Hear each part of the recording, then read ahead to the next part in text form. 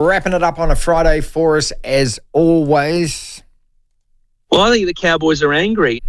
Jason Costo Costigan. Well, I think the Cowboys are angry. They were angry last week. Well, I think the Cowboys are angry. But is anger going to take over when they play the West Tigers? Well, I think the Cowboys are angry. Costo, welcome back, mate. Lachlan's just talking to him at the moment. So that kind of cocked up that intro, didn't it, Lachlan? It'd be quite good if you shut up for a second and actually put the... Costo, how are you, mate? Unbelievable. We had two discussions off air and on air. Good afternoon, Marty. All right. Well, I think the Cowboys are angry. I just did this before and I said... Well, I think the Cowboys are angry. And the Cowboys won last week. Well, I think the Cowboys are angry. Are they going to be that angry this week against the West Tigers? We'll talk about that in a second. Jason Costo Costigan at Costo Jason. That's the man's Twitter handle. Costo's Corners to go through all of the games. But first and foremost, mate, the Rugby League World Cup. We'll talk about the indigenous round in a second. The Rugby League World Cup, France don't want it. They are now saying International Rugby League that they've got 4 or 5 bidders. One of those is Qatar. What do you reckon about them hosting?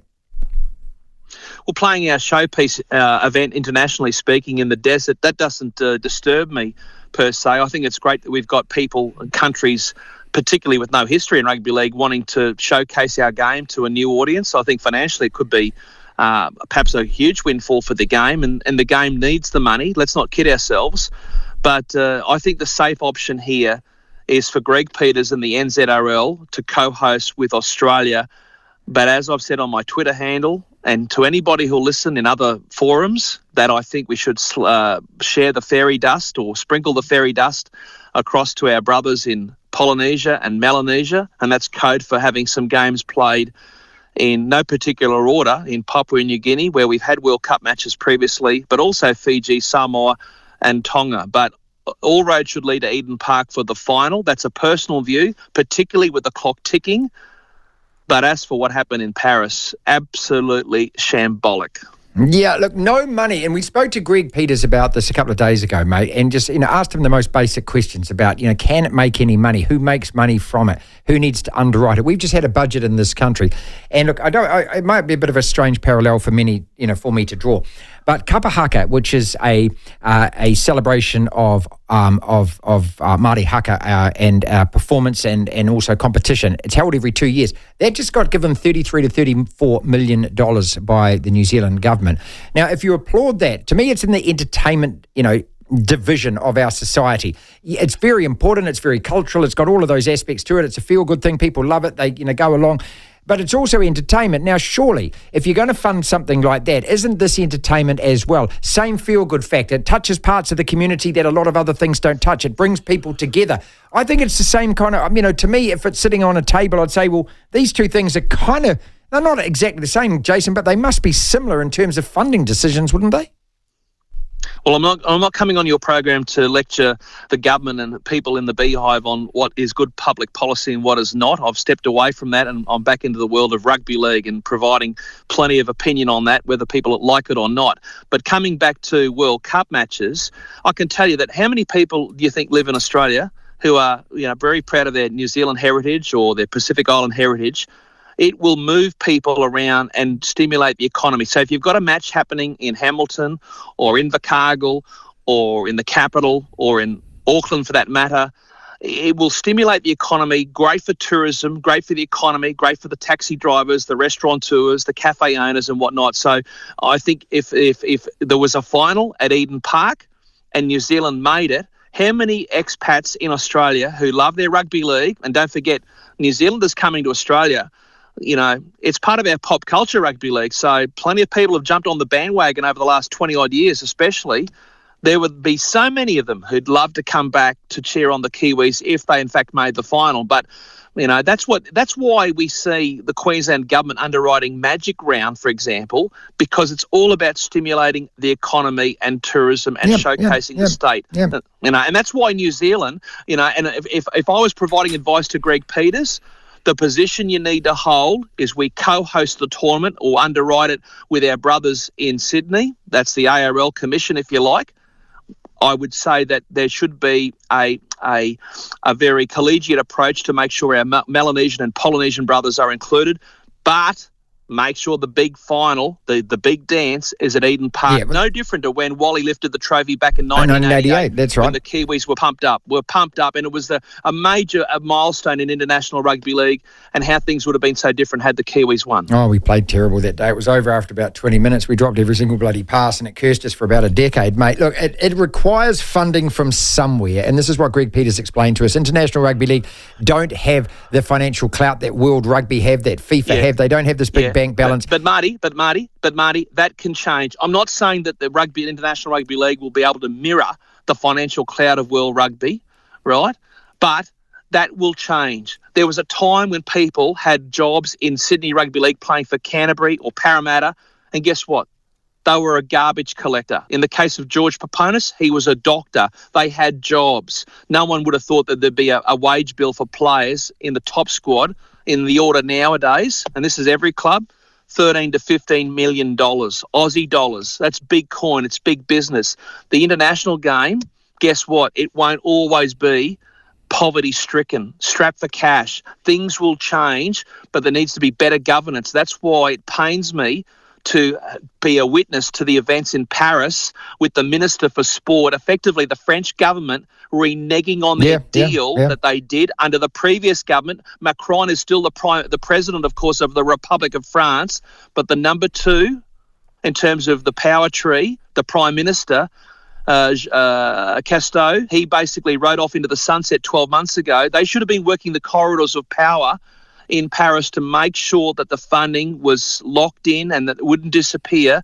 And I've got to say, and you won't like it, or some of your listeners won't like it, there are still people out there, rightly or wrongly, who believe that the people running World Rugby or French Rugby had plenty to say behind the scenes enforcing the hand of the French minister and the government. And if that means, has there been some skullduggery? Yes. It's not the first time that rugby league in France has been dudded by the government. It happened 80-odd years ago with the pro-Nazi Vichy government, and history effectively has repeated itself with rugby league in France being dudded. And it takes two to tango. And I think some heads need to roll. Not only has the government dudded the international game and the World Cup in 25 in France, but the French people who run the game, absolutely shambolic. And Luc Lacoste, I've said in the French media, he should resign. It is 22-2, Costo's Corner. We'll talk about Manu Vatuvei. Big story here over the last few days that he's getting paroled, coming back to the Warriors. And look, we've got to actually establish this. We had Cameron George on the program, mate, that it's not when the mass media reported as a mentoring role, it sounds as though he's got a job and he's back in straight away. It's not exactly that. Let's touch on that in a second. The Indigenous round. And what disappoints me is the fact that we're not playing in the Indigenous round. How the hell did they cock this up, that the Warriors get a bye in this round? Well, they cocked it up, in your words, because they brought the Dolphins in and didn't bring us another team in at the same time. This doesn't happen in a lot of other codes where they bring two in to expand the game. I've said this before. This was always going to happen. There was always going to be inequality in terms of the draw, in terms of showcasing teams and culture. Somebody's going to miss out at Magic Round. Somebody's going to miss out in Indigenous Round. If you're going to bring in an odd number, but as far as the Indigenous round, Jason, this is the New Zealand Warriors, mate. I mean, you know the contribution that Marty Pacifica players have made. We epitomise the Indigenous round, mate. It is us. Marty, you do not have to argue the case with me. No one's going to say that it is regrettable and wrong that the Māori talents of rugby league and its history, its rich history, and I'm happy to talk about my favourite player with Māori heritage and Aboriginal Torres Strait Islander heritage in a moment too, in my experience in calling the game. But, the administrators, they've caused this problem. Valinis and Abdo caused this problem, and the problem will rear its head again next year with the Indigenous round, and you have to wonder, will the Warriors get dudded next year? Because can you imagine the Australian club? Imagine if the Cowboys were excluded, which involves Aboriginal and Torres Strait Islander heritage into the northern part of the continent of Australia. They would be blowing a gasket. Look, it is wrong that the Warriors... Listen, it's wrong that the Warriors have missed out, but it was always on the cards. If you said to me on your program last year before you went off to see Santa for Christmas, what do you think is going to happen in Indigenous round in 2023? I said, Marty, your Warriors, our Warriors, they won't be involved that weekend. I'll say this is my crystal ball. It's been known to crack, but that's my prediction. Let us go round by round, game by game. Week 12, it is Panthers beating Broncos. That's 3 and 4 losses for the Broncos. Now, tonight, Dragons, Roosters, followed by Rabbits, Eels. Dragons, Roosters, who you got? Well, just quickly on the news, you need to be across this with Jerome Luai. Yeah, I heard that. He has escaped suspension. He can play Origin 1 now, but I'll tell you what, it's happened before where there's been contact with a match official and a player's been rubbed out. Sam Thaiday comes to mind. He's a lucky boy after last night. And without Reynolds, I thought Brisbane took a lot of positives out of that game. But coming back to the match against with Roosters and Dragons, how could you possibly tip St George Illawarra after they hooked the coach, the man they call Hook? Ryan Carr is the caretaker coach. Ben Hunt, I'll tell you what, he must have rung the removalist company. The only thing he hasn't told them is the address where the furniture needs to go to. They're in all sorts. And I think St George Illawarra will get a horrible scoreline put on them tonight. There's no Jared Warrior-Hargraves. He's out with a pec injury. But I think the Roosters will flog them. Roosters 13+. Rabbits, who you've been on a tear and who you've had a big faith in all season. They're on 16 points. They win, they can go top of the table, having played a game more than the Panthers. They play an Eels side that have got 8 points and only 4 wins from 11 games. That must be desperate. Is it over for the Eels if they lose tonight, and they will lose? No, that would be premature. That would be silly to say that. Mitchell Moses comes back from the concussion protocols. His future has been sorted out. I understand his contract extension basically ties him to Parramatta until the end of the 2028 season. That's a big plus for Parramatta, but it's not in the creativity where I have question marks with Parramatta. It's their middle forwards, and Brad Arthur acknowledges that. He's scouting for players left, right and centre mid-season, but I can't go past South Sydney. Of all the clubs outside the Cowboys, if you like, embracing indigenous round, they've got an amazing story to tell going back to obviously the genesis of the game. So I think South Sydney with Cody Walker and Latrell Mitchell, they're playing well. South Sydney 1-12. Sharks versus Knights. This is going to be an interesting game. Sharks are in 4th at the moment, people. They've won 6 out of their 10 games, 14 points. Now, the Knights have won 4. They've drawn 1 out of their 10. They're on 11 points. On paper, you'd say the Sharks. Is it going to be that convincing, though? I think it'll be closer than what people think. It'll be interesting to see how many people from Newcastle make the trip up the north coast of New South Wales. For those people who don't follow the games week to week, this match is actually being played in the regional city of Coffs Harbour. Cronulla are taking a home game on the road. Look, I'm going to tip Cronulla. I think it will be tight. I'm saying Sharks 1-12. Newcastle will keep them guessing, and I think they'll be competitive, but the Sharks class should prevail. Guy, every time you say Coffs Harbour, do you know what comes to mind straight away? The Bulldogs, mate, and that appalling incident at Coffs Harbour. I just can't get that out of my head. Every time Rugby League and Coffs Harbour, I just think of that. Isn't that awful? Well, it's interesting you mentioned that, in the optics. I thought you were going to say the big banana because, look, Rugby League. Yeah. Well, that's what Coffs Harbour is famous for. And the big banana was there well before that scandal. But, mud sticks, of course, it was a big story at the time. But look, at the end of the day, that was a long time ago. And people in Coffs Harbour, they love their rugby league. I think it's a great move for Cronulla to take their home game up there. And Newcastle fans, they are famous for getting on the Pacific Highway and travelling to support their team. And after last weekend, I think they'll be there in good numbers. So it'll be a good game and a good showcase, and I hope there'll be a great crowd and great weather. My brother and his mates were Balmain fans. Used to take me along to Leichhardt, mate. He reckons that all of a sudden their season has turned around, and this is the Tigers playing. Well, I think the Cowboys are angry. They're playing the angry Cowboys, Costo. They are, but they're also the happy Cowboys because all of a sudden, after his off-field dramas going back to late last year, Luciano Leilua is available for selection for the Cowboys. So Todd Payton, it remains to be seen whether he unleashes Leilua against his old club at Leichhardt. Look, it's a tremendous ground steeped in history. I love going to Leichhardt. I had the pleasure of calling games on Fox Sports there years ago with the great Gary Freeman.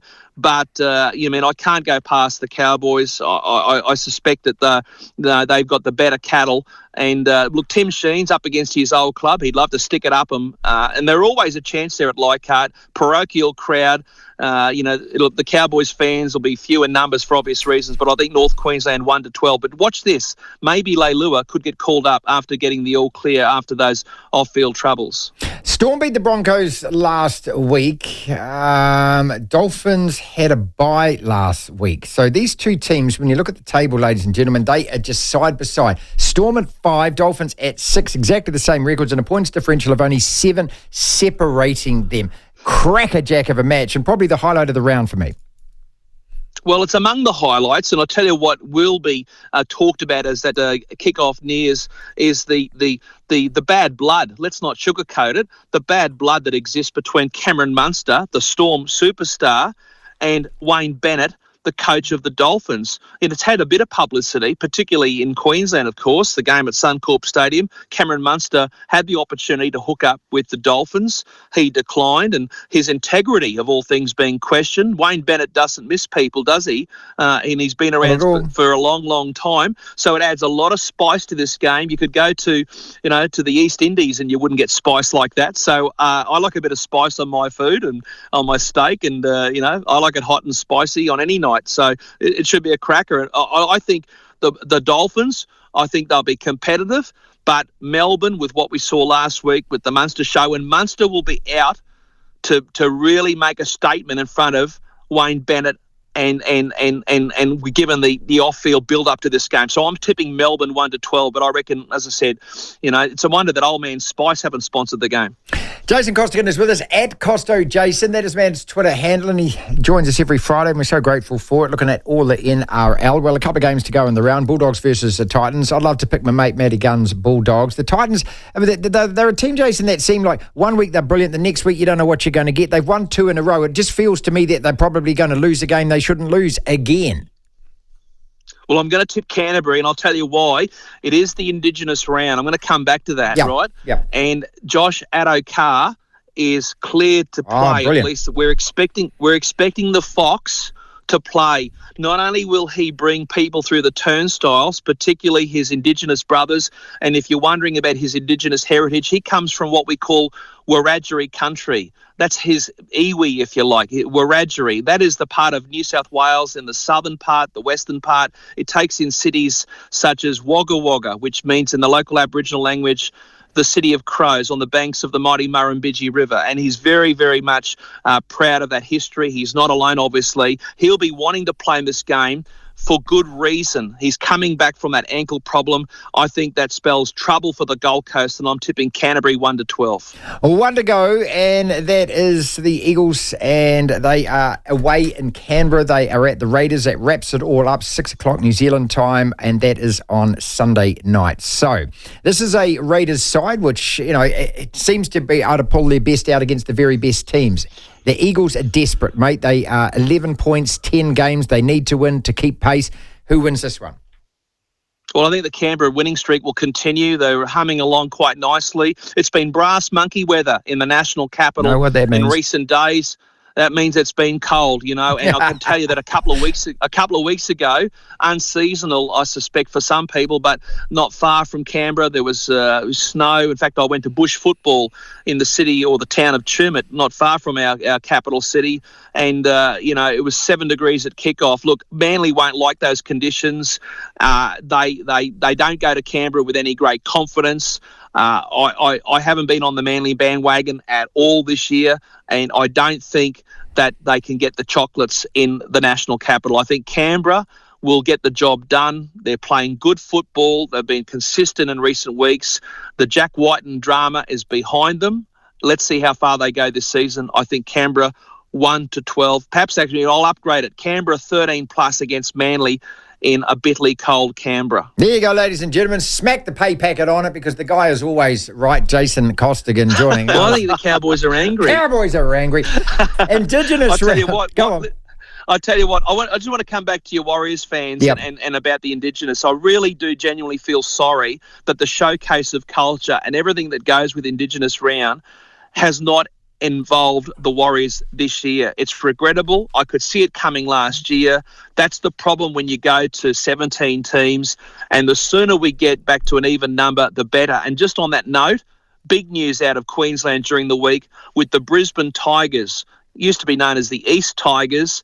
They have put the balloon up in terms of relaunching their bid and their ambition of joining an expanded NRL. So watch this space. As to where the NRL go, who knows? People continue to want to see Perth come back into the competition.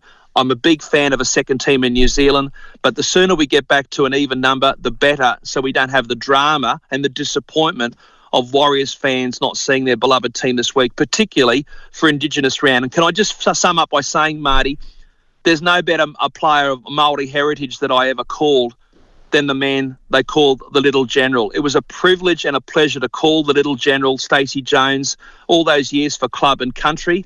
And, of course, the best player I ever called on this side of the Tasman with Indigenous heritage, I can't go past the great Jonathan Thurston. Yeah, okay. See, I thought that you're going to go Artie Beetson there. I thought that just, I mean... Well, I worked with Arthur. Yeah, I know you, but you didn't call him, yeah. I had the opportunity to work with Arthur, with Indigenous kids in places like Mount Isa and Cairns and Townsville, in getting kids from Indigenous background into employment opportunities, workplace training, placements and so forth. I met him when I was about 16, when I was basically just before the start of my broadcasting with what is now Channel 7 in Mackay, and I couldn't believe it. The big man, famous for eating all the pies, came into the broadcasting box, and I had a lot to do with him over the years, or a fair bit to do with him, I should say. I got to meet him many, many times. I remember going to his house and doing basically This Is Your Life with a camera for Sky Television, and I remember where I was when he passed on. And of course, an influential figure of the highest order in rugby league, first Aboriginal person to captain an Australian sporting team, and something that should be reminded of people, no matter their background, no matter their heritage, and a man that his legacy lives on. But in terms of players that I got to call on either side of the Tasman of Indigenous heritage, Stacey Jones, Jonathan Thurston. Yeah, look, I was just writing down a couple of names. I mean, I go back to an old mate, Kevin Tamati, who I played squash with when I was a 14-year-old boy, and he worked with my mum and Dunlops. Yeah. Okay, and tough as nuts. Not one of the biggest guys in the world, and when you look at his kind of his stature now physically, and you'd wonder how he could play front row. I tell you what, I'd pick him to play front row now, mate. He's just an absolute beast of a human being when he ran between those lines. I'm writing down names like Kevin Errol, the beast. Do you remember when he burst onto the scene? 88, you were talking about that Rugby League World Cup final, and in 1987, the Kiwis won a test. Amazingly won a test against Australia, and he played in that game. Then you go to guys like Ruben Wiki. I mean, we got so many names. I mean, this is what's disappointing for New Zealand Rugby League not to be represented by the Warriors in this round. But just celebrating the Indigenous round, there are just so many you could pencil down from this side of the Tasman, Jason, and every single one of them would be deserving of being mentioned right now for the next couple of minutes that you've got. Oh, for sure. And over the course of the weekend, for those people who like going down memory lane, on my Twitter handle at Costo Jason, I will be touching on the best players, Indigenous players that I've called, and dropping some names here and there. And whether people agree or not, everyone will have their favourite players, their heroes. I love calling Jake the Muss. I love watching the Tarmatis play, the Sorensens play, the Heroes play. Watching Clayton Friend, going back to those halcyon days. I've actually got an autograph book with the late great Olsen Filipina and many others of his ilk, and I treasure that to this day. I was a kid, and I remember going into the dressing rooms and getting the autographs of these players. I remember telling Shane Cooper, who I work with briefly at Sky Television, telling Coops that I had his autograph, and Tia Ropati thought it was amazing that this kid who had the autograph book was there, and getting people that he grew up with, family members and whatnot, all those years ago. And look, that was a great era for rugby league and for both your country and my country. And as I said, I'm just disappointed that we don't have the Warriors playing this weekend, and that's one of the regrettable things of having 17 teams. I could see this coming last year, and it's going to rear its ugly head again next year. I don't know how they're going to fix it. They're not going to fix it, in fact, until they change the format and by bringing in another team, and someone's going to miss out again next year. But I could wax lyrical about players of Indigenous heritage till the cows come home. There was one player, the best player I ever called, who never quite made it, was a bloke called Paul Isles. He's sadly no longer with us. He played, Marty, one game for the Brisbane Broncos. I think it was 1991, but he was an unbelievable gifted player. Paul Isles, Iles, tremendous player, and he was a bush player. So not every player can make the adjustment going to a big city with a different environment without the network and support of family members and whatnot. Times have changed. The game's become more professional. But back in the olden days, it was a hard slog for players with homesickness and so forth. And I'm sure that applies to players no matter their heritage, whether it was Māori or Aboriginal or Torres Strait Islander. And last night there was a mate of mine watching the game in Queensland.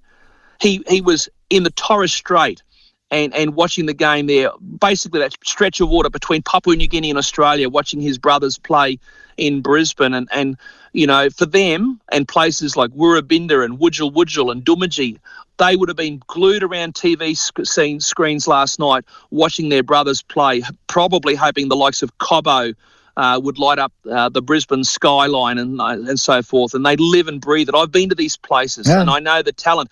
And you know what? We need to be investing more in this talent, because without the indigenous players, the Queensland State of Origin side would have been nowhere near as we've got no rugby league at all, mate. Thank you so much, dude. Absolutely love it. Drill. That is Jason Costigan, Costo's Corner. He joins us every Friday.